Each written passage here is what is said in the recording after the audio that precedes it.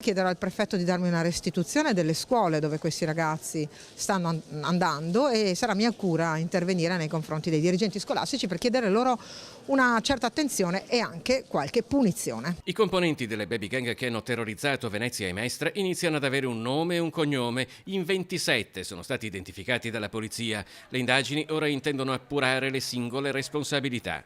Il prefetto di Venezia, Vittorio Zappalorto, intanto intende convocare i genitori per capire il contesto nel quale è maturato un fenomeno che ha scioccato la città. Se sono fino ai 16 anni, tra i 16 e i 18 verosimilmente stanno andando a scuola, quindi il problema mi riguarda anche come assessore all'istruzione. Io plaudo all'iniziativa del prefetto perché chiamare i genitori vuol dire anche mettere i genitori di fronte alle responsabilità.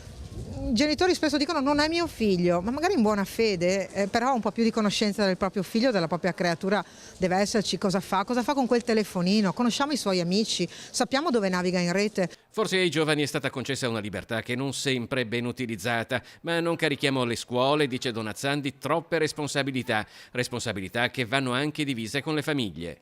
Non è più nemmeno un problema di classe sociale, c'è la noia, c'è tanto uso di droga. Sapete che sul tema della droga io sto chiedendo che ci siano addirittura i test obbligatori per i ragazzi, perché far prendere loro paura, farli preoccupare delle loro scelte oggi li salverà per domani. Bisogna educarli questi ragazzi, ma ha detto il sindaco Brugnaro, arriverà anche la bastonata oltre alla carota. Io non so se il bastone può servire, ma se dovesse servire ben venga anche il bastone.